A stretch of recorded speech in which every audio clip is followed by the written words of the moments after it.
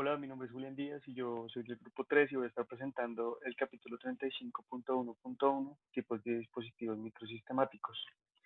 Entonces, inicialmente tenemos los microsensores, es un dispositivo que detecta o mide algún fenómeno físico como fuerza, presión, posición, velocidad, aceleración, temperatura, flujo, etcétera. Estos incluyen un transductor que convierte una variable física a otra variable, por ejemplo, a voltaje, lo que nos permite obtener los datos medidos. También incluye su embalaje físico y las conexiones externas.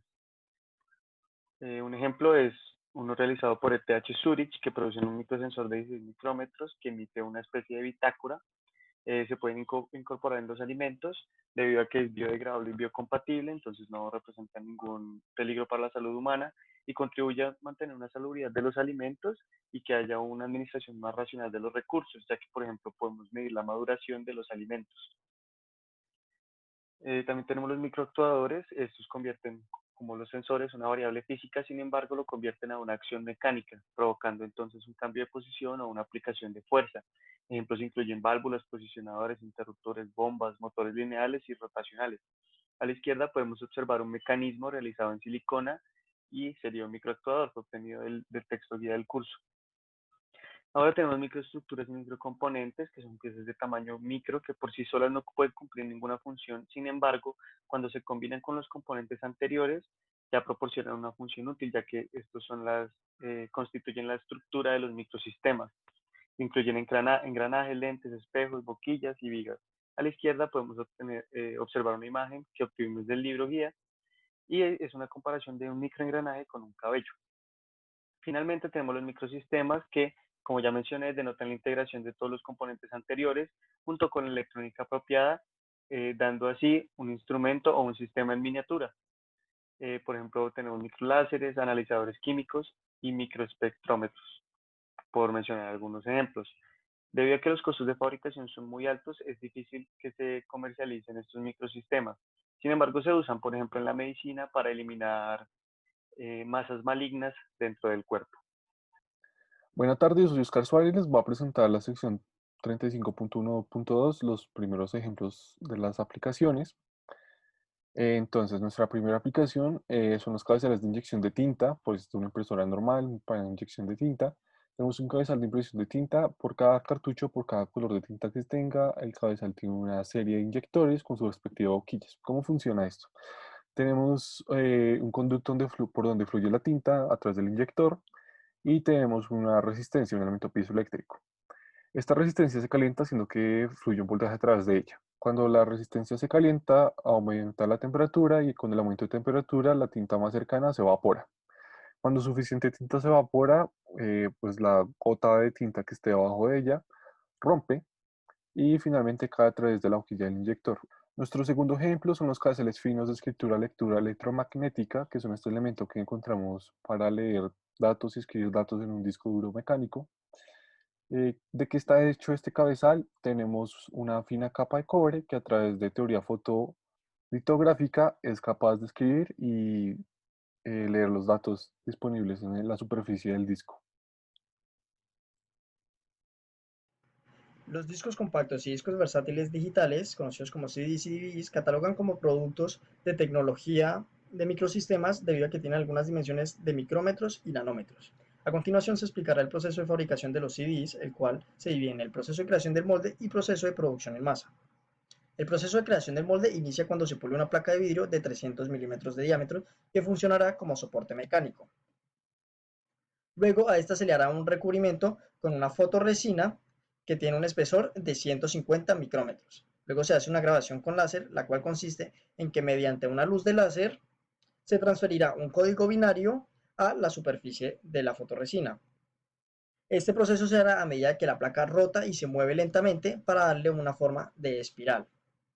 Luego se hace un revelado de la fotorresina, que es una eliminación de las regiones expuestas donde las zonas sensibles a la luz serán eliminadas con agentes químicos.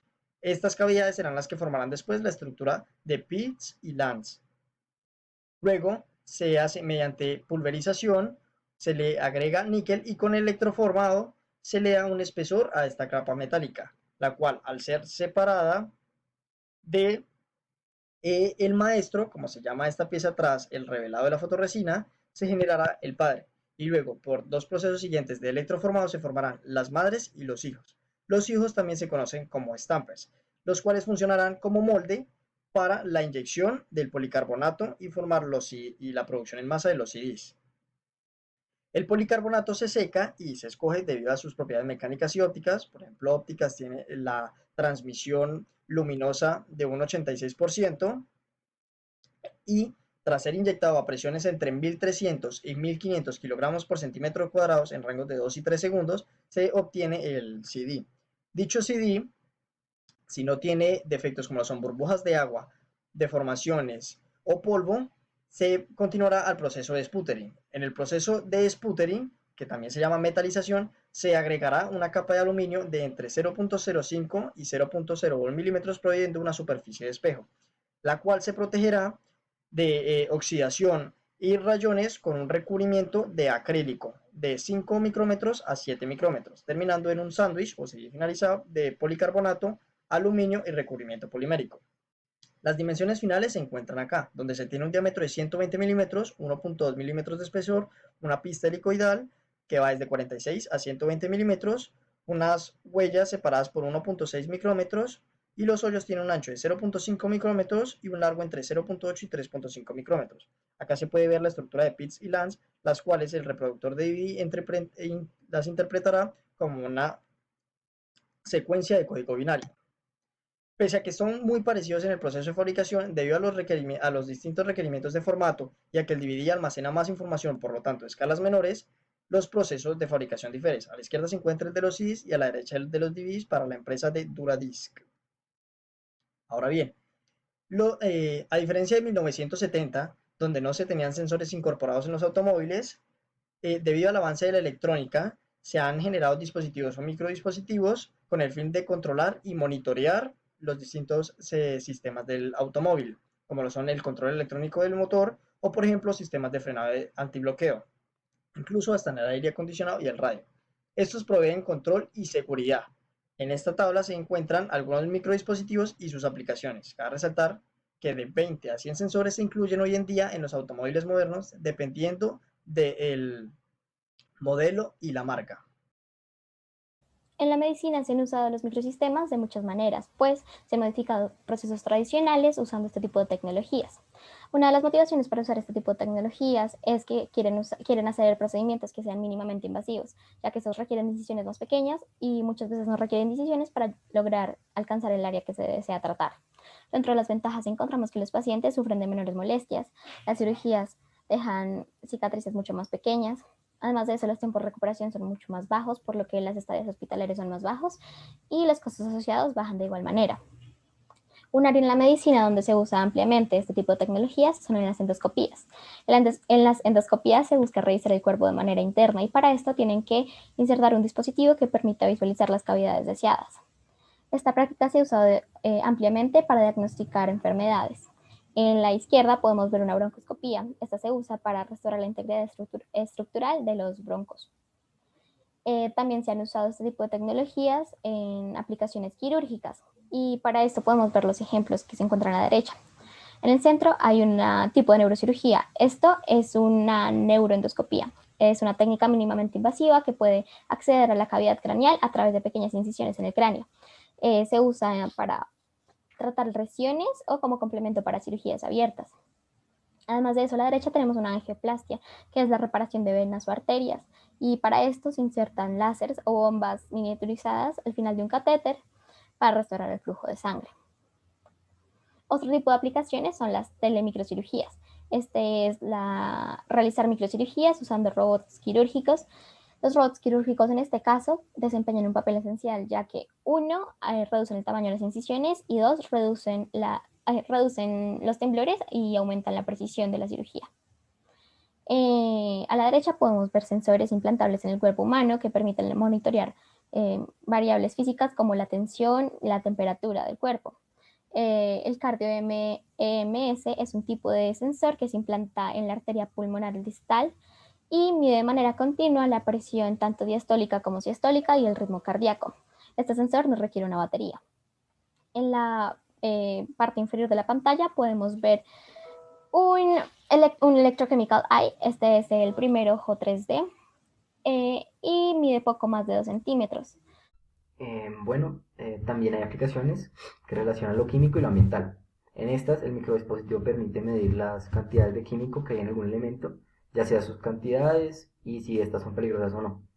Esos tienen microbombas que permiten que la muestra se distribuya mejor a lo largo del dispositivo. Un ejemplo claro del uso de estos dispositivos son en plantas de tratamiento de aguas residuales, donde esos dispositivos ayudan a detectar ya sea los niveles de pH o si hay algún químico que sea nocivo para el ambiente. Otras aplicaciones son los microscopios de sonda de barrido. Estos permiten observar los detalles en una superficie a un nivel nanométrico. Estos funcionan de manera que los instrumentos requieren sondas que son de unas pocas micras de tamaño, nada más, y escanean las superficies en una distancia medida en nanómetros. En esta imagen se puede ver el montaje de este y a qué escala es capaz de llegar. También están las biotecnologías. En este están empezando a desarrollar microdispositivos para mover, sujetar, clasificar, diseccionar e inyectar pequeñas muestras de material bajo un microscopio. Finalmente, existen las aplicaciones electrónicas en las cuales, como se sabe, se presentan las placas de circuitos impresos y los conectores. En estas imágenes se ven claramente las aplicaciones, ya un microprocesador, una placa o un conector.